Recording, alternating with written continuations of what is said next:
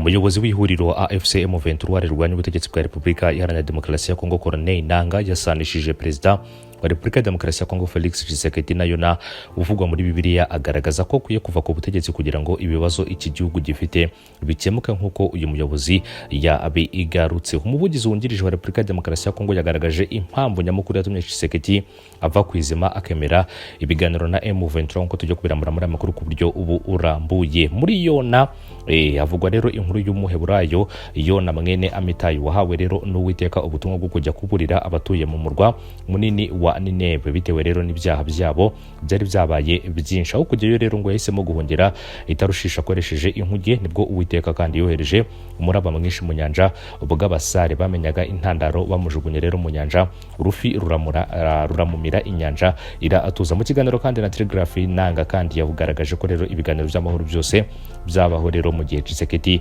akiri ku butegetsi bidashobora gutanga umusaruro mwiza kuko ari we wabiiteye nk'uko Yona yateye ishu weheri. Yagira ati rero Tshisekedi ni Yona wa RDC, muse rero tuzamuvanaho agahenge kazaza kandi n'amahoro azaboneka. Amerika na Katari kandi bimaze iminsi biyobora ibiganiro bigamije guhagarika intambara mu burasirazuba bwa Repubulika ya Demokarasi ya Kongo ndetse no kugarura amahoro mu karere ka Afurika y'ibiyaga bigari muri rusange. Nyuma yaho kandi ku itariki ya 25 Mata u Rwanda na Repubulika ya Demokarasi ya Kongo byasinye amasezerano agena amahame aganisha ku mahoro arambye. Perezida kandi Donald Trump wa Leta Zunze Ubumwe za Amerika atangaje ko yishimiye kugira uruhare mu guhagarika intambara muri Afurika no mu bindi bihugu. Ku itariki ya 27 Mata Trump yagize ati rero dufite amakuru meza ko u Rwanda na RDC ndatekereza ko rero tugiye kubona amahoro hamwe no u Rwanda na Kongo n'ibindi bihugu kandi bike biri hafi, kizaba rero ari ikintu cyiza.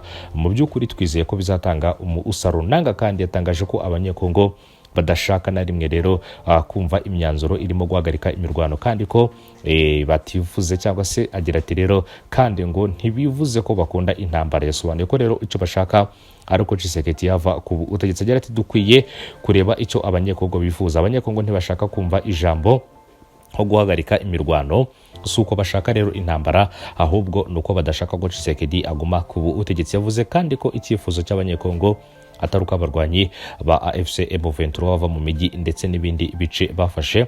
Agira ati rero ntibashaka kumva ijambo nk'imishyikirano, ntibashaka kumva ijambo kuva mu bice cyangwa kuva mu mujyi uyu cyangwa uriya. Nangaa kandi yasobanuye ko Tshisekedi ari umuntu udakwiye kwizerwa kuko ahindura ibyo yumvikanye n'abandi uko abishatse. Agaragaza ko rero Amerika yari ikwiye kuganira n'abahagarariye ihuriro rya AFC M23 nk'uko Corneille Nangaa yakomeje kugenda abigaruka. Agize ati rero si uwo kwizera icyo yemeye uyu munsi akibagirwa vuba. Niyo rero yasinya amasezerano abanyekongo bazayarwanya. Abanyamerika bafite uburenganzira kuri aya masezerano ariko bakwiye kuganira n'abantu banyabo kandi uyu munsi abo ngabo ni AFC M23. Uyu munyapolitike kandi yabaye perezida wa komisiyo y'amatora muri RDC kuva muri 2015 kugeza 2021. Yize kandi kuvuga ndetse akanaba yarigeze kuvuga ko rero Tshisekedi ari ku butegetsi kuko rero yabimufashijemo cyane ko rero atatsinze amatora y'umukuru w'igihugu yabaye muri 2018, bityo ko afite uburenganzira bwo kumukura ku butegetsi nk'uko Corneille Nangaa yakomeje kugenda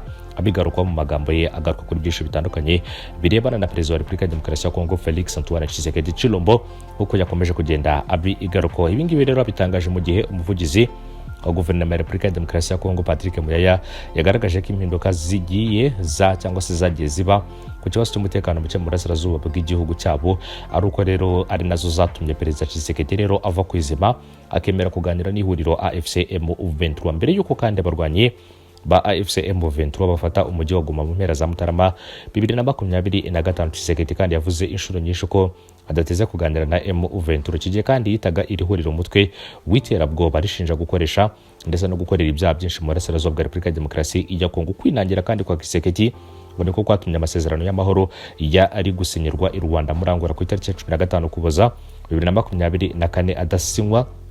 Ibiganiro kandi byari bimaze imyaka irenga 2 bihuza u Rwanda na RDC birahagarara kubera kwinangira k'uyu umugabo. Muri Werurwe kandi 2025 Angola yatangaje ko RDC na M23 bigiye gutangira ibiganiro bitaziguye kandi ko bizabera i Rwanda, ariko rero akaba bitarigeze rero biba biturutse ku bihano abayobozi b'iri huriro bafatiwe rero n'umuryango w'ubumwe bw'ubu Urayi. Nyuma yaho kandi Angola inaniwe guhuza impande zombi. Emuri wa Qatar Sheikh Tamim bin Hamad Al Thani yahuje Perezida Kagame ndetse na mugenzi wa Repubulika ya Demokarasi ya Kongo Tshisekedi ku itariki ya 18 Werurwe. Nkuko aya makuru akomeza kugenda abigarukaho, bemeranya kandi ko ibiganiro bya politike aribyo byakemura ayo makimbirane. Abahagarariye kandi Repubulika ya Demokarasi ya Kongo ndetse na M23 nabo kandi batangiye guhurira muri Katari. Buri ruhande kandi rugaragaza ibyifuzo byabwo. Ku itariki ya 22 Mata bagiranye amasezerano yo guhagarika imirwano kugira ngo ibiganiro bikomeze bibe mu mwuka mwiza. Mu kiganiro kandi na TV5 Monde Muyaya yabashijwe impamvu Tshisekedi yavuye ku izema akemera ko RDC iganira na AFC M23, asubiza ko rero amakimbirane yo mu burasirazuba bw'igihugu cyabo yanyuze mu byiciro byinshi bitewe n'uburyo yagiye ahinduka. Biba ngombwa ko rero perezida wabo ahindura icyerekezo. Umuvugizi kandi wa guverinoma ya Repubulika ya Demokarasi ya Kongo akaba yakomozaga ku buryo rero ibiganiro bitandukanye byabayeho nyuma yaho M23 ifashe Goma, haba ku rwego rw'akarere, Afurika no hanze y'uyu mugabane, byose bisaba ubutegetsi bw'igihugu cyabo kuganira n'iri huriro rya M23. Agira ati rero bisobanuye ko hari ibyemezo byafashwe tudashobora guhindura uyu munsi kubera ko aya makimbirane yanyuze mu byiciro byinshi. Uyu munsi kandi twakwibagirwa ko hari ingamba z'ubutabera rero zashyizweho zizatuma abantu baryozwa ibyo bakoze igihe nikigera, ariko tugomba kureba uburyo iki kibazo cyagiye rero gihinduka. Agira ati rero yagaragaje ko icyakozwe ari ukwihanganira ndetse no kwinangira. Muyaya kandi yagaragaje ko icyakoze kwirangira kwa Tshisekedi rero kwagize umumaro, kuko ngo rero kwatumye ibikorwa bya M23 ndetse rero n'iby'u Rwanda bigaragara rero mu buryo buhagije, bituma rufatirwa ibihano. Mu gihe kandi ibiganiro biyobowe na Katari, leta ya Katari byari bibangamiye cyangwa se byari bitangiye gutanga umusaruro. Amerika nayo rero yatangiye guhuza u Rwanda na Repubulika ya Demokarasi ya Kongo ku itariki ya 25 Mata.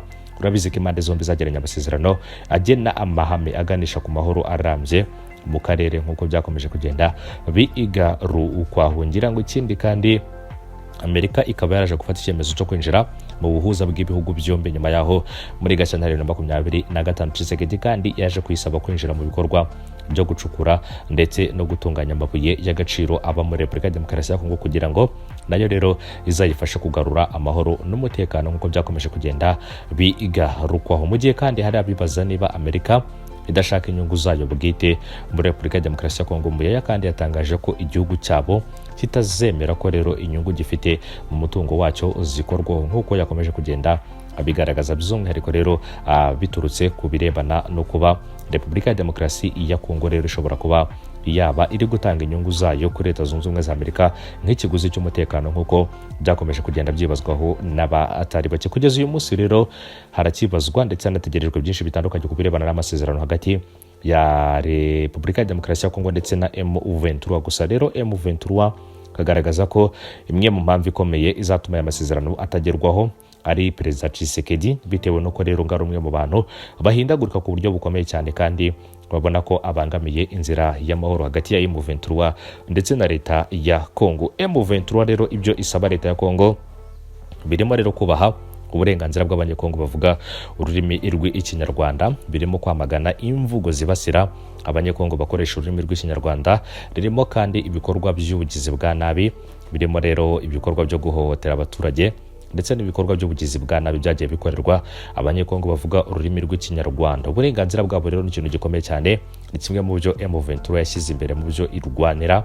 Ndetse ikindi kandi Repubulika ya Demokarasi ya Kongo isa naho irimo iragenda yumvikana na M23 mu kurebera hamwe uburyo ibyo byose bishobora kuba byashyirwa mu bikorwa mu nzira nziza z'amahoro, mu nzira z'ibiganiro, nk'uko byakomeje kugenda bisabwa na M23. Kuba rero Repubulika ya Demokarasi ya Kongo yarahinduye uruhande mu gihe yifuzaga cyangwa se mu gihe agaragaza ko itifuza kuganira na M23, ni kimwe mu bintu kandi nanone bigaragaza ishusho ndetse n'intambwe ikomeye cyane ku ruhande rwa M23, cyane cyane rero binyuze mu biganiro mu gukemura amakimbirane muri Repubulika ya Demokarasi ya Kongo. Amerika rero itangaza ko itazigera ikorera ibikorwa ibyo ari byo byose by'ishoramari ahantu hatari umutekano, ahantu rero hasa naho hari ibibazo bitandukanye. Ibyo rero ni bimwe mu byo impande zombi zahagurukiye rero mu gushakira ibisubizo, cyane cyane rero ibibazo bimaze imyaka myinshi muri Repubulika ya Demokarasi ya Kongo ku ruhande rwa Leta Zunze Ubumwe za Amerika. Ibyo rero akaba ari nabyo byatumye hasinywa amasezerano y'ubufatanye aganisha ku mahoro amasezerano y'ibanze rero